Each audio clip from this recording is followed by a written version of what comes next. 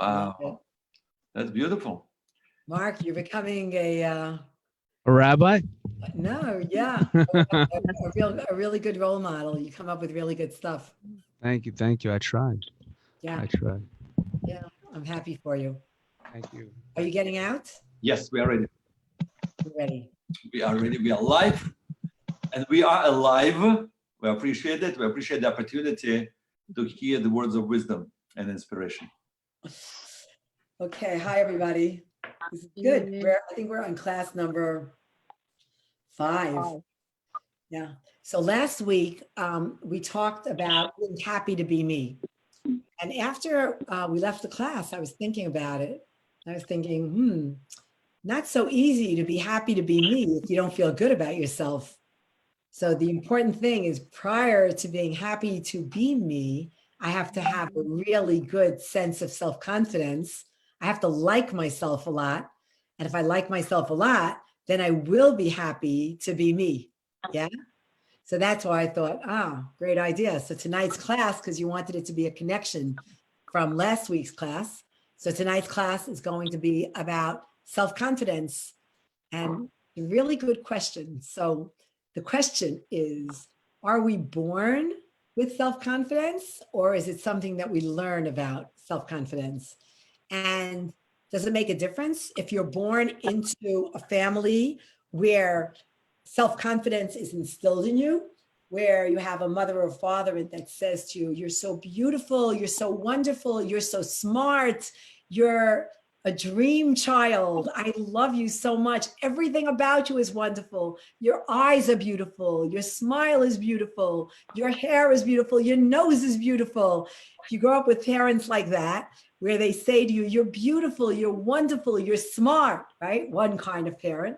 Or if you grow up with parents that are very critical, that say, you weigh too much, you're too fat, you're too skinny, your hair is too long, your nose is too big, you could be smarter than you are, you should be smarter, you should pay more attention, you should be everything. Like everything that they say is a criticism, and they criticize you. So the question is, what's the obvious question?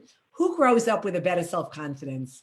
Is it the one whose parents say, you're wonderful, you're amazing? Is that the person that's going to grow up with great self-confidence?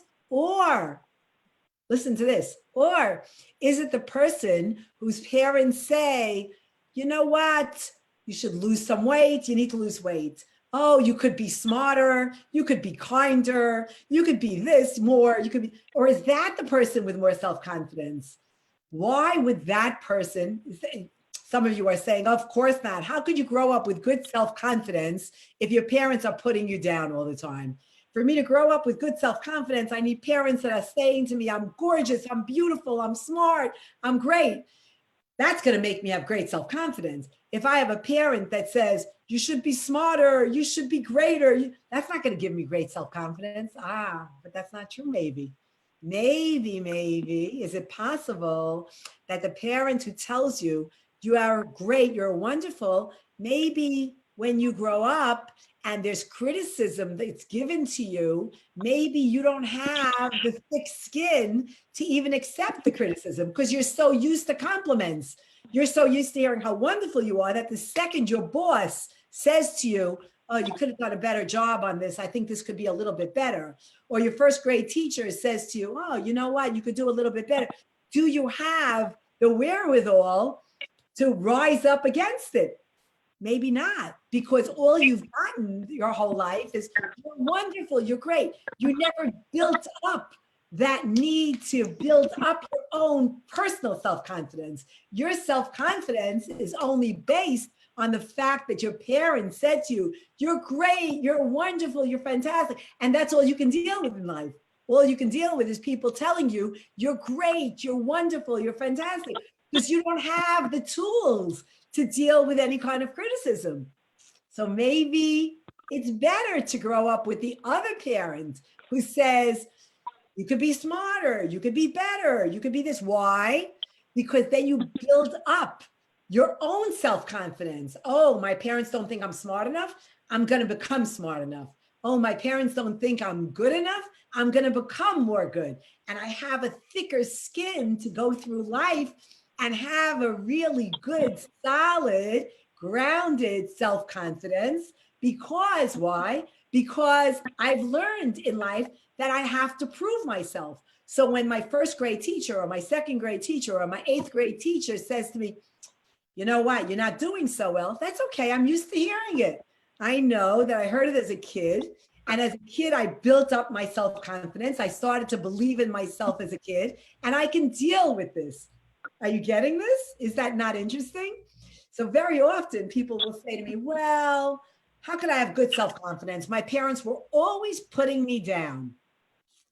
But guess what? Maybe they were doing you a favor.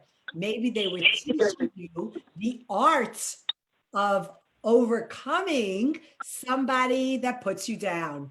They were teaching you the magic, the skills. They were giving you the tools of becoming the person that could overcome criticism. Whereas the other person that was brought up with all the compliments, the second they hear criticism from somebody, they can't deal with it. They fall apart.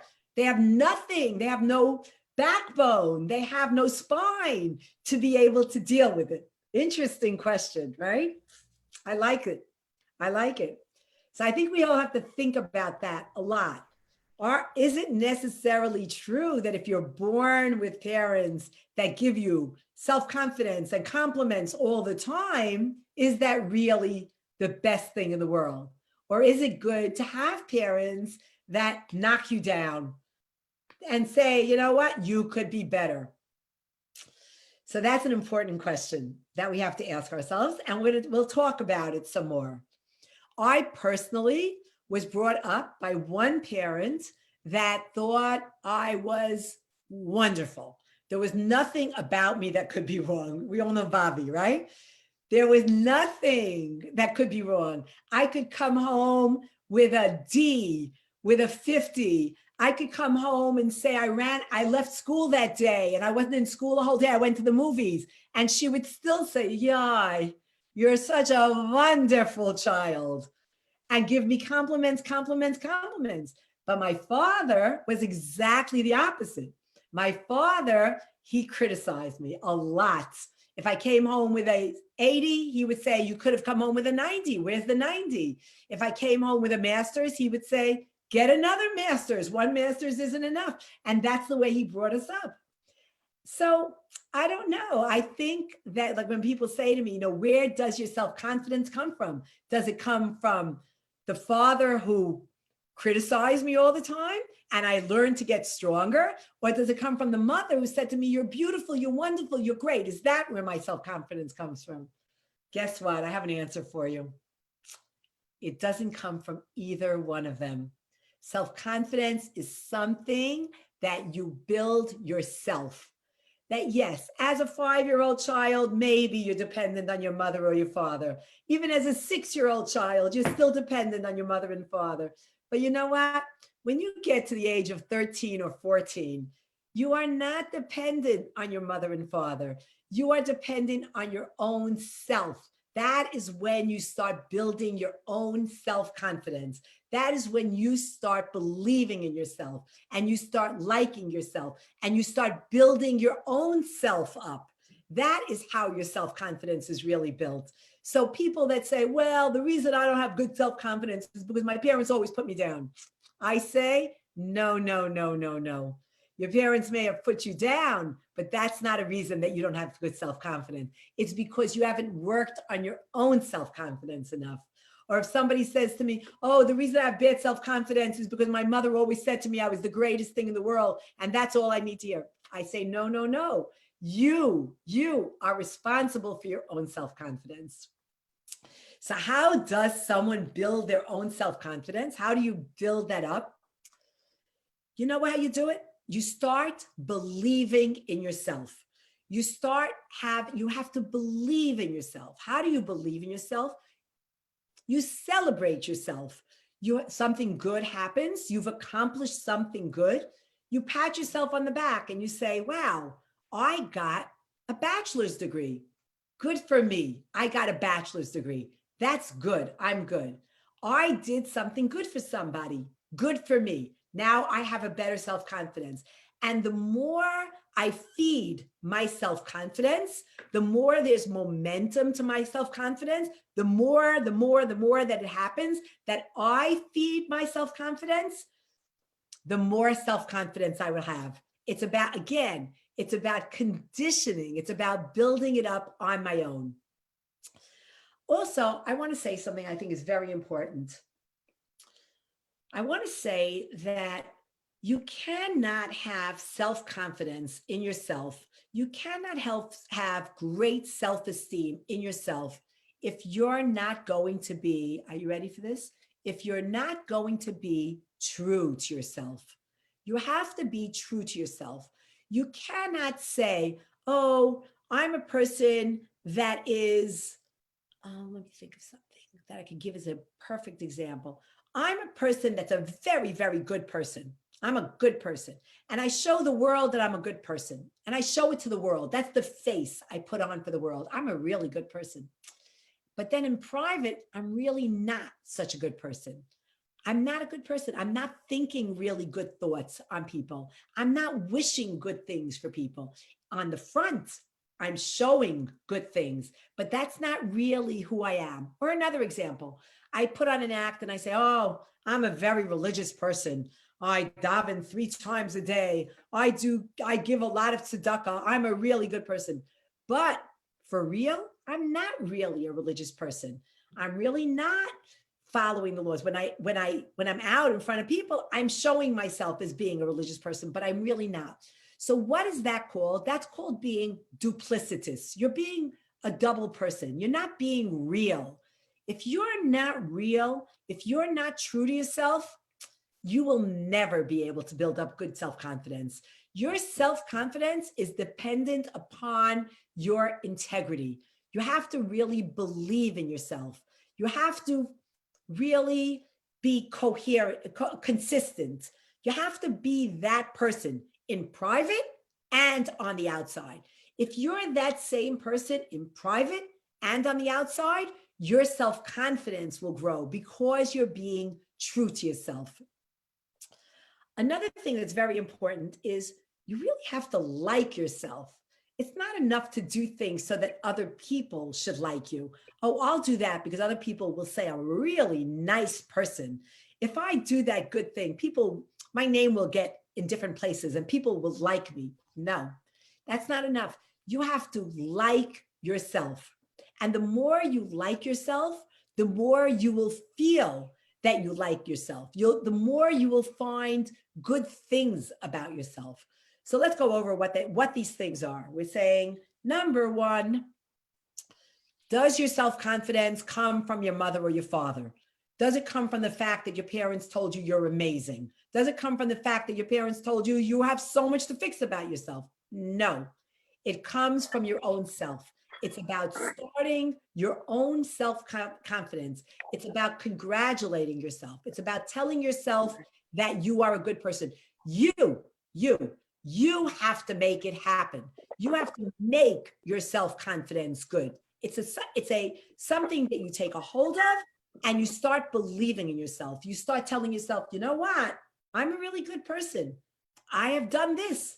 I have given tzedakah. I helped somebody across the street. I helped deliver food to old people. I've done good things. And all of those good things, they make me realize I'm a good person. Then I say to myself, I'm a smart person. How am I a smart person? I've accomplished something. I've gotten my high school degree. I've gotten my college degree. I'm smart. I read books. I can talk to people about intellectual things. My conversation with people is not lashon hara. It's not about frivolous things and talking about people. I talk about issues. I talk about things that are going on in the world. I talk about Israel. I talk about the accomplishments of Eretz Israel. I talk about myself as connecting to a Jewish person. I'm an intellectual. Well, if I'm an intellectual, then I could say to myself, you know what? I'm going to pat myself on the back and I'm going to say, I'm a good person. I'm a smart person. And what happens?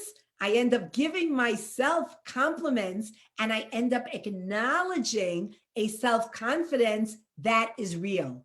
And it's not duplicitous. It's not make-believe. There's integrity to it. There's consistency to it. I really am that person that I am exhibiting to other people. I really am a person that loves Israel. I really am a good person.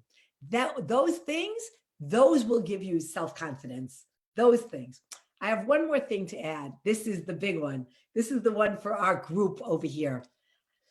So if I didn't get self-confidence as a child, or if I did get too much self-confidence as a child, and I'm building up my own self-confidence, if I'm building up my own self-confidence as an adult, a person over 14, a person over 15, how do I get that? You know how you get that? Through community, through support of my community. And this is our community. This is our family. And the people that I am with, they make me feel good about myself. Yesterday, on the way driving up here, I was on the phone with Irina. Irina, I hope you don't mind. While I'm on the phone with Irina, what does Irina say to me? Irina says to me, now this may sound so ridiculous. Irina says to me, Dr. Faye, I just love listening to your voice.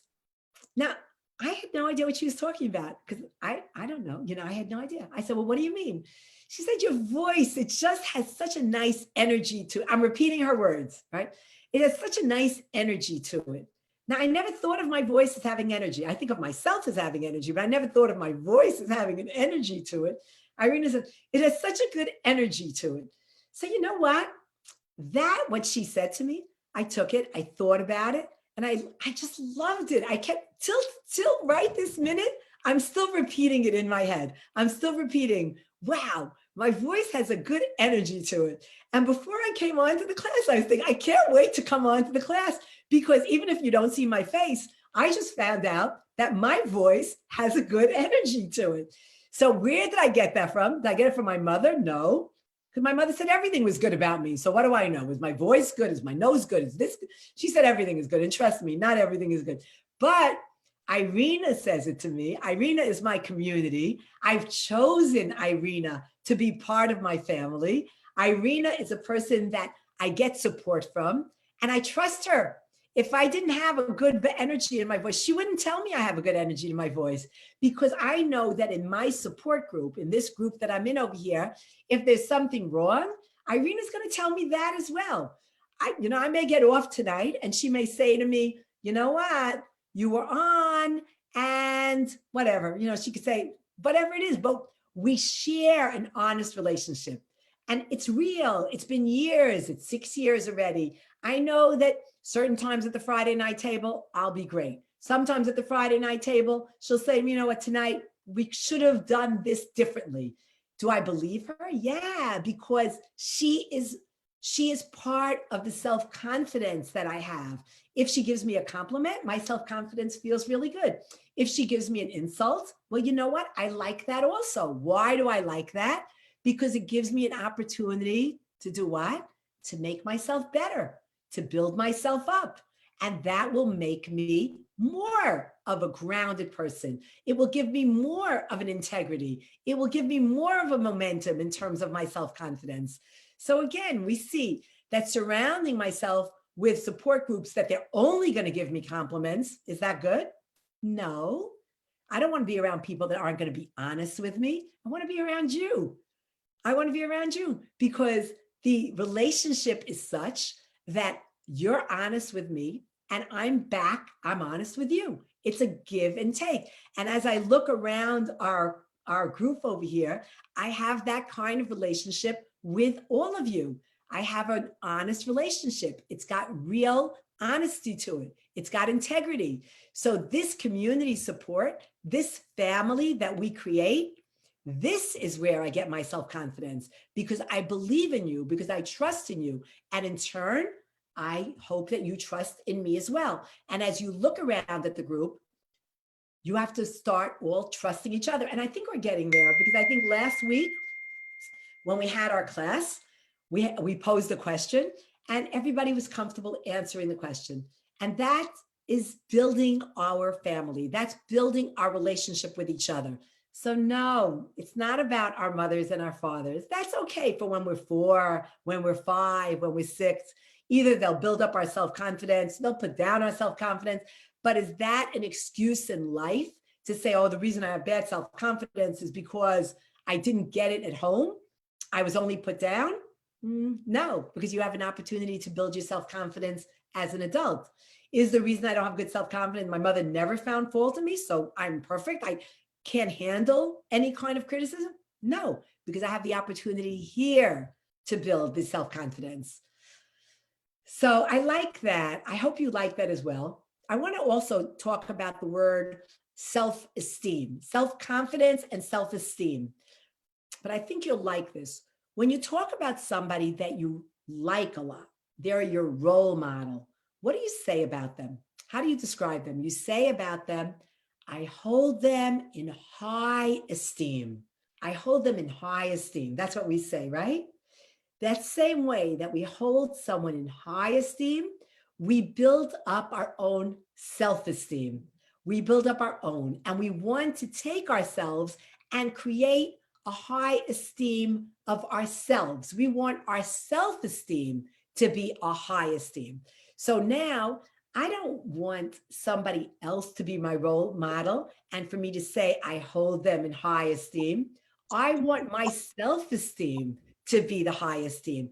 I want me to be my role model. I want me to have goals, to have an end game, to have a place I want to get to, and that's the person that I want to be. That's the person that I'm striving toward.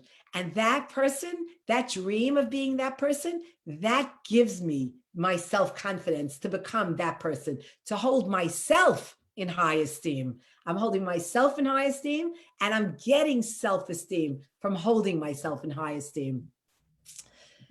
All right. I also want to add on that it's important to know in what we're talking about, when we talk about that it's not your mother, it's not your father, you're creating. Rabbi Katzin says this all the time, and I'm going to repeat what Rabbi Katzin says because I love the way he says it. You create your own reality. You are the creator of your reality. So the way that you want to be, that's the way that you will be. If you want to be a person that exudes self-confidence, if you want to walk into a room and be the one that is a self-confident person, you can create that reality. It's you that does that. You give yourself an affirmation and you say to yourself, I am a good person. I am a smart person. I am a kind person. People like to be around me. These are affirmations that you talk to yourself. The same way that I talked to myself after I hung up with Irina yesterday. She said to me, your voice has good energy. And I took that affirmation. I said, my voice has good energy. My voice has good energy. And that reality was a creation. I became a person whose voice has good energy. I always thought that it was about me. But now I'm thinking, it's about my voice. Isn't that a wonderful thing? Isn't that absolutely wonderful? So the week that I couldn't get on, remember the week I couldn't get on visually? I was so insecure. I was thinking, I need to be on. But it's not true. Now I think to myself what Irina taught me. I just need my voice. And she has created a new reality for me. And we could do that for each other. We could do, how? Because this support group, we can talk to each other. We can also self-talk. You can tell yourself that you are good. And each of you, as I look around our grid, you are good, you are smart, you are beautiful, you are so special. You are all, just the fact that you're here tonight means what? That you're all growing people, that you're not sitting in front of your TV or your iPad, just potatoes sitting, whatever they call it, couch potatoes sitting there and not accomplishing. You're here because you want to be here. Nobody's paying you to be here. There's no trips. We're not going on any trips. Maybe, Rabbi, we are going. I don't know. We're going to figure something out. We're going to do something. We're going to get that coach bus. We're going to Lake George. We're going someplace. So the fact that you're here is a compliment already that you should be giving yourself. There's the beginning of your self-confidence. You are a growing person. How wonderful is that? to be a growing person, to be an achiever, that you want to get to be more of a person, that you want to become your own role model, that you want to create your own reality, a new reality, because you're striving in that direction. You're not looking to be lax and to say, oh, I'll just stay the way that I am. That's okay. The way that I am is okay. None of you here, nobody here is thinking, the way that I am is okay. Everybody here is here because they want to become a better person, because they want to be better. And for that alone, you should be patting yourself on your back and saying that I'm great. I'm a growing person. And there goes your self-confidence. Already it's getting higher. Okay. So I think that's very important. Okay. So another thing now, what I would like to go into, I think we covered a lot in terms of how you grew up, whether that's your self-confidence. And I think it's really relevant. It's something to really think about, even when we get off or when we talk about our question a little bit later. All right, so now I'm going to give you, I think you'll like this. This is the part where you might want to take notes. I want to give you practical solutions on boosting your confidence. Well, Dr. Faye, how can I really boost my confidence? And I'm going to give you 1, 2, 3, 4, 5, 6, I think seven things that I think might work. Maybe 5. We'll see in a minute. To boost your self-confidence. Number 1 was something we talked about. Celebrate yourself. Don't just take for granted who you are. Celebrate yourself. Find something about yourself, whether it's your smile, whether it's your brains, whether it's your kindness, whether it's your givingness, whether it's your helping other people, looking out for other people. It could just be one thing that you even did today, or one thing that you did over this weekend, or one thing that you're planning on doing tomorrow, but celebrate it. Enjoy it.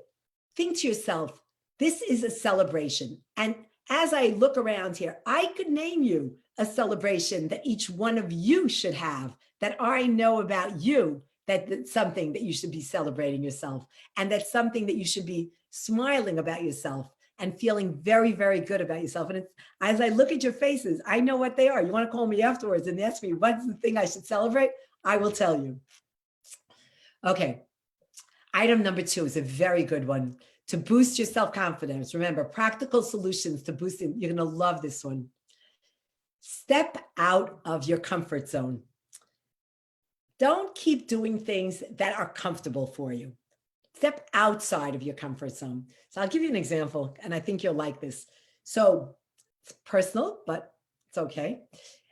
For the past 2.5 months, I have not been able to swim, right? And everybody knows that. That's my thing. I love to swim. Today, I had an opportunity to go swim. And somebody, of course, said to me, swim? You're going to swim? Aren't you afraid to swim? How do you know you can swim? Is there somebody there to watch you? You haven't swam in 2.5 months. How could you swim? How could you swim? Now that, had I listened, my self-confidence would have been in the water, because I wouldn't have taken advantage of an opportunity to step out of my comfort zone. And you know what? I was afraid. I really was afraid. I was afraid to get into the water and swim, because I haven't swam in a very long time. And I was afraid. The person said, oh, maybe you'll get a cramp when you're in the water. Oh, maybe this will happen. Maybe that will happen. And this person was creating all of these fears for me about going into the water. Well, guess what I did? I stepped out of my comfort zone. I literally was terrified. I was afraid, and I got into the water. And you know what? I cannot tell you how self-confident I felt a half hour later, because I had stepped out of my comfort zone. I took over a fear, and I felt so good. My self-confidence was, maybe that's why I'm feeling so good right now. I mean, maybe it's not because of my good, energetic voice. Maybe it's because I felt like I overcame a fear. I felt like I stepped out of my comfort zone. So for a moment, I want you to think about something that you could do that makes you step out of your comfort zone, and do it. Because if you step out of your comfort zone, it will build your self-confidence. All right. So that's practical solution number 2. Step out of your comfort zone. Number 3, interesting. This one is really interesting, but I find it really to be true. We mentioned it the other week about appearances, about making sure you look good. But I'm not going to talk about appearances. I'm going to talk about, you ready for this? About smelling good. Smelling good, believe it or not, it boosts your self-confidence. There was actually a study done on men where half the men were given nothing, not a good smelling thing, and the other half of the men were given a deodorant that had a very nice smell to it. Believe it or not, they had to fill out a survey. How do you feel about yourself? Self-confidence questions. You know, there was all these self-confidence surveys. They filled out their self-confidence survey, and the men who smelled good showed a higher self-confidence level. It wasn't about other people saying, oh, do you feel better about being next to the nice smelling person? That was not the question. That was not the survey. It wasn't on the other people that are next to the person that smells good. It's about the men themselves. They were rating their own self-confidence. Guess what? The men who smelled good, their self-confidence rating of themselves, their self-confidence was higher than the men who didn't smell good. The men who had the good smell of deodorant, their self-confidence was better than the men who didn't have deodorant. Now, I found that fascinating because I thought, okay, so it's the people who, like, if I have to do a survey of the person next to me and they smell bad, certainly I'm going to say, ooh, that person smells bad. I don't want to be next to them. But that was not it. The survey was done on the people themselves, and a person themselves feels good when they smell good. So that tells me, I like the idea. I'm a big proponent of taking showers at night. I like that idea because you take a shower at night, you smell good, you're in your bed, and your self-confidence through the whole night is like really nice. Wow, I smell good. I'm doing this for myself. Because I know there are people that go to just plop out and go to sleep. For me, I think it's really important to take a shower at night and smell good at night. But now I have a survey, a study. And for those of you who want to study, let me know. I will give it to you after this class. All right, so we have three things. Number 4. Oh, number 4 is also a very important one, a practical solution to building your self-confidence.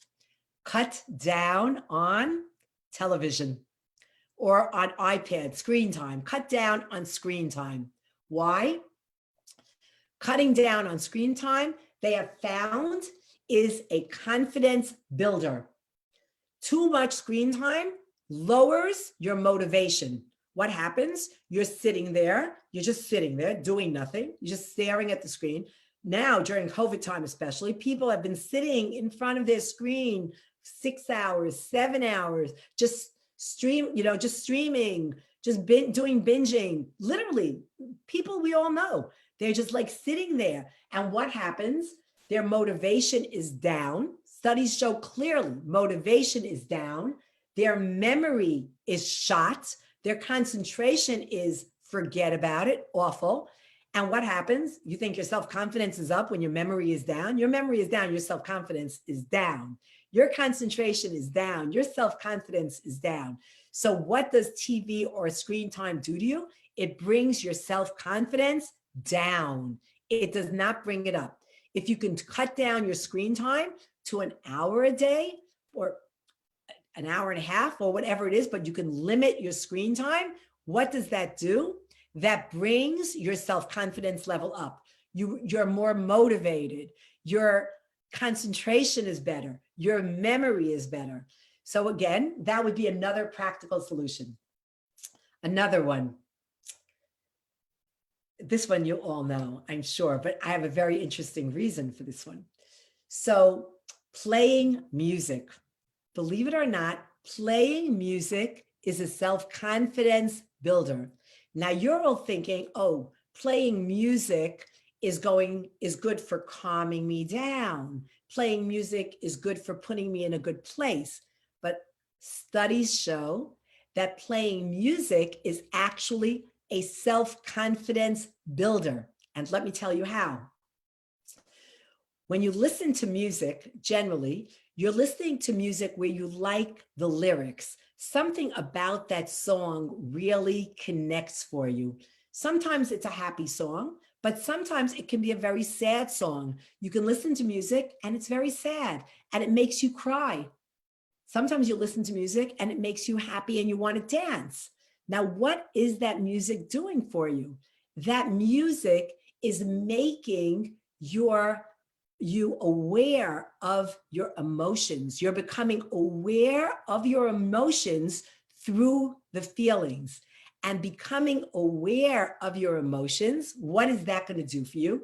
Being in touch with your emotions is going to give you an awareness of yourself that's going to make you more concrete. And again, what happens? Your self-confidence level is up. Why? Because you're accepting yourself for what you are or for who you are. So if I listen to a song and it's very sad and it makes me cry, I say to myself, oh, that's very sad. It's making me cry. I'm a sad person. I'm an emotional person. I have feelings for other people. I feel bad that this is happening and it's making me feel real feelings. Well, guess what? That will build my self-confidence because I'm going to have a feeling of being a person that is what? An emotional person. I'm an emotional person. I have feelings. That is a good thing. So music will raise your self-confidence. How? By allowing me to connect to my emotions, which will allow me to feel my emotions, which will allow me to identify to my emotions, which again makes me be an emotional person. I feel my emotions. And that's a very, very big, it's a huge compliment to be able to be a feeling person, an empathic person, a sympathetic person.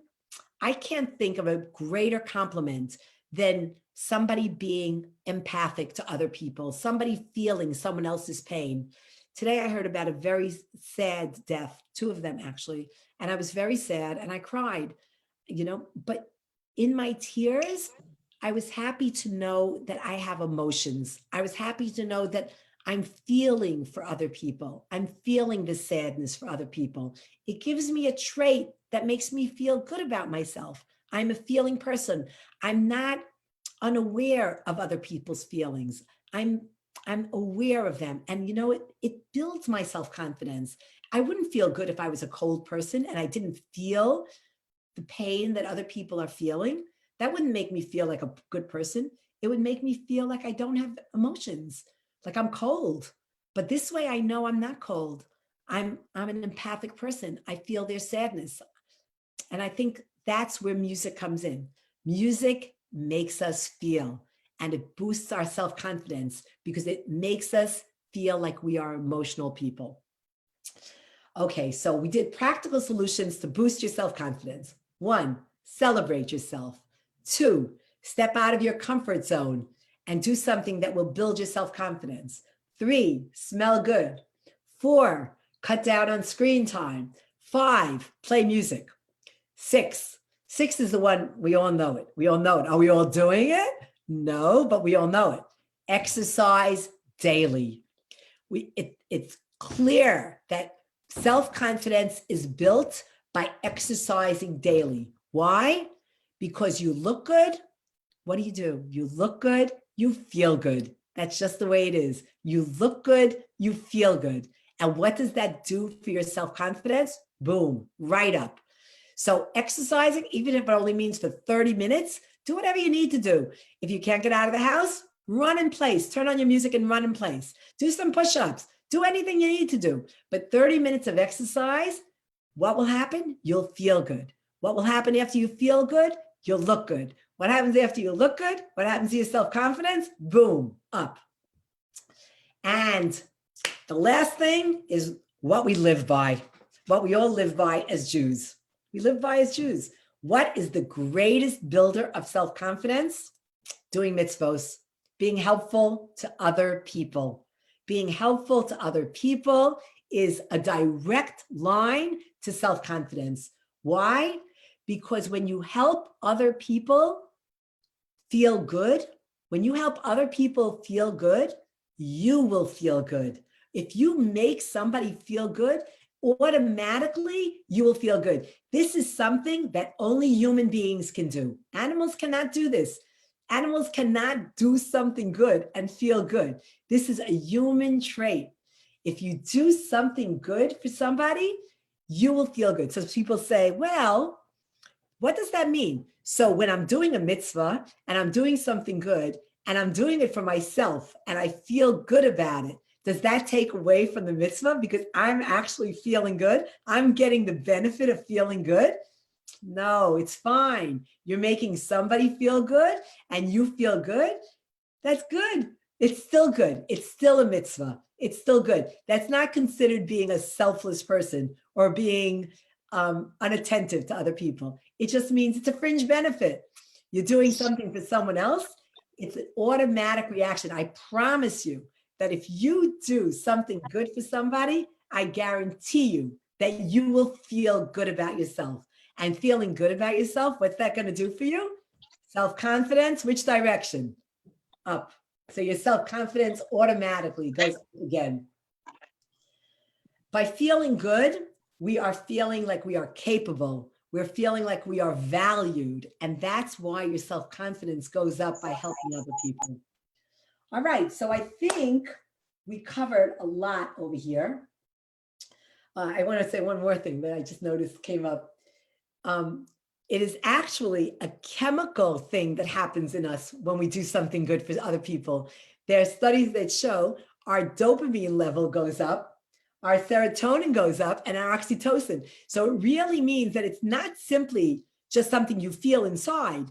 Chemically, your body changes by helping other people and by feeling good. You will feel good, literally, not just in your heart, not just in your brain, but your body itself will start to feel good. You will be healthier. So your self-confidence level up. All right, so I think we covered a lot over here.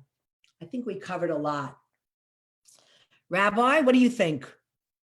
I'm actually thinking, I think it was everything and every single step that you mentioned is deserves digesting. But the last one that I heard made me think that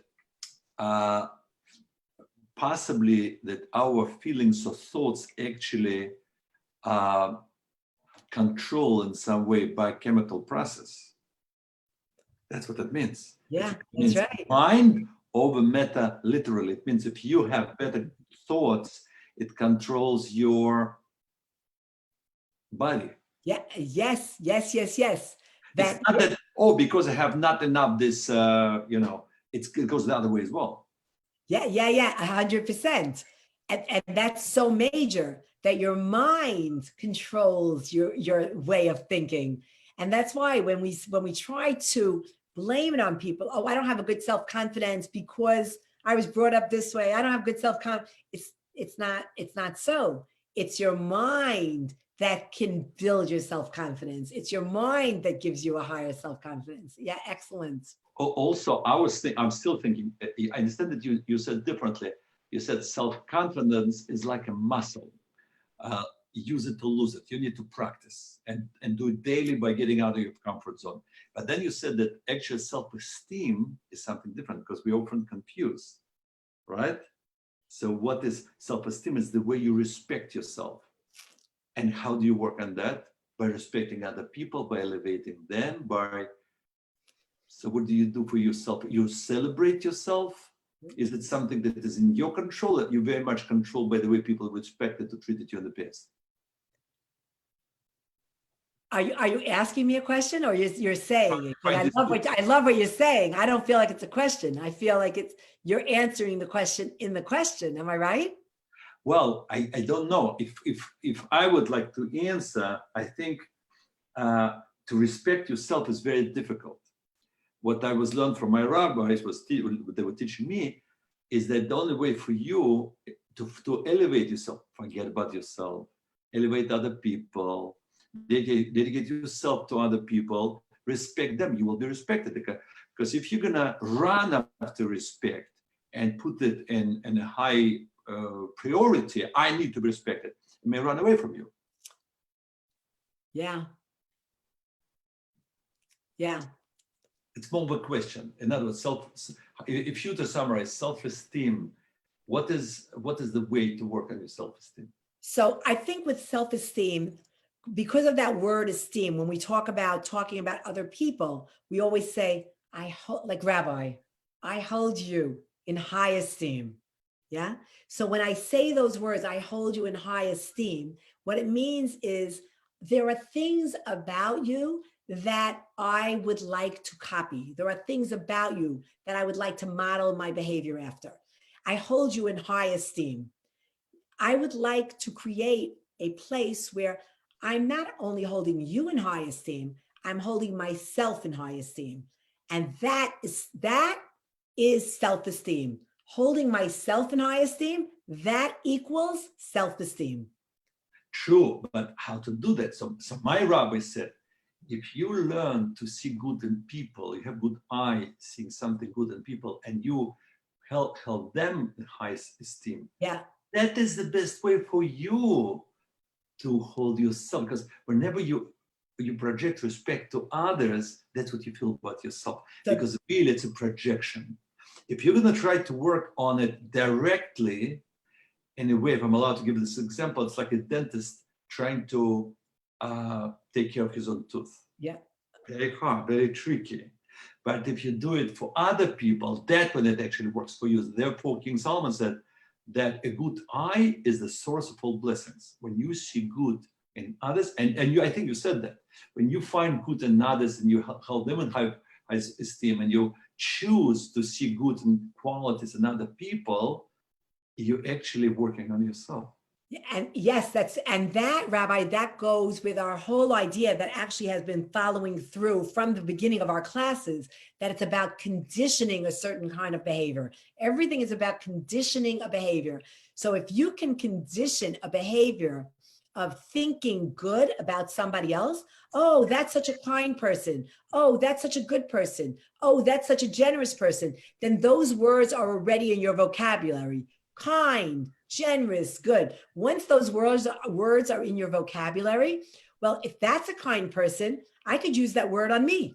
I'm a kind person. If that's a good person, I can use that word on me. Oh, I'm a good person. So what the rabbi is saying is I'm conditioning myself to use these good words. Kind person, good person, smart person. Oh, kind? Well, now let it be me. Oh, good? Now let it be me. Generous? Oh, now let it be me. So the rabbi is saying, how do you get it to be me? By first saying it onto somebody else. Once you say it onto somebody else, you bounce it back onto yourself. Very interesting idea, Rabbi.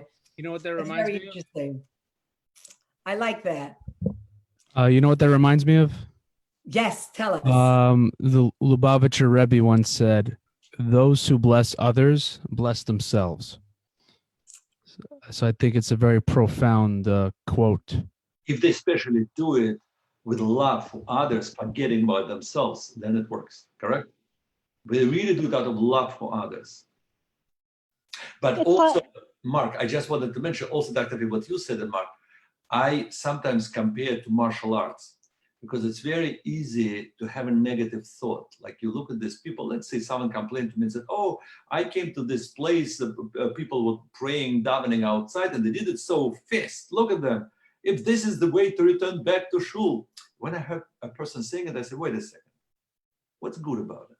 Can you say you saw something that you passed judgment? People came to daven together outside of their places, whatever it is. What did you see good about it? Yes, that's what you've seen, but why you need to right away judge them? They're not taking davening, praying seriously. Train your thought whenever they nevertheless, they were not required, they don't have to, but they wanted so much they went, or maybe whatever the reason is. So I think that, again, when you spoke about skills, for me, it's like martial art, because very easy, a negative thought like a missile or someone is punching you coming, and if you're going to be thinking every time, it's going to be hard. But if you train your thought always turn negative to positive, minus to plus, and before anything else, you see something you want to complain, but before screaming or yelling at this person, you say, wait a second, maybe there's something good about it. Yep. Rabbi, if you remember, I think it was about 2 weeks ago that we actually did a class about that. about automatic thoughts. And that we said that when you have negative automatic thoughts, I think it was about 2 or 3 weeks ago, when you have negative automatic thoughts, the trick is not to have a non-negative thought. Like if you think about somebody, something bad, they're cheap, right? The good thing is not to say, oh, I'll start thinking of them as being not cheap. The good thing to do, if you all remember, is to think about the opposite word. The opposite word is generous. So instead of thinking about not cheap, don't even use the word cheap. Cheap is out of the vocabulary. Use the word generous. You come to a whole different word. And that's what you're saying now, Rabbi, that not to go to the automatic thought of being judgmental. You don't want to be, instead go to the automatic thought of a positive thing, not a non-judgmental, but a positive. When I see people davening outside, I say to myself, wow, look at them. They'll do anything to daven together. And that's a positive thought. Can I ask a question on that? Sure. Rabbi, I apologize, but would you mind pausing? Of course, we want to thank everybody in terms of finishing Facebook Live. We stopped it and bye-bye.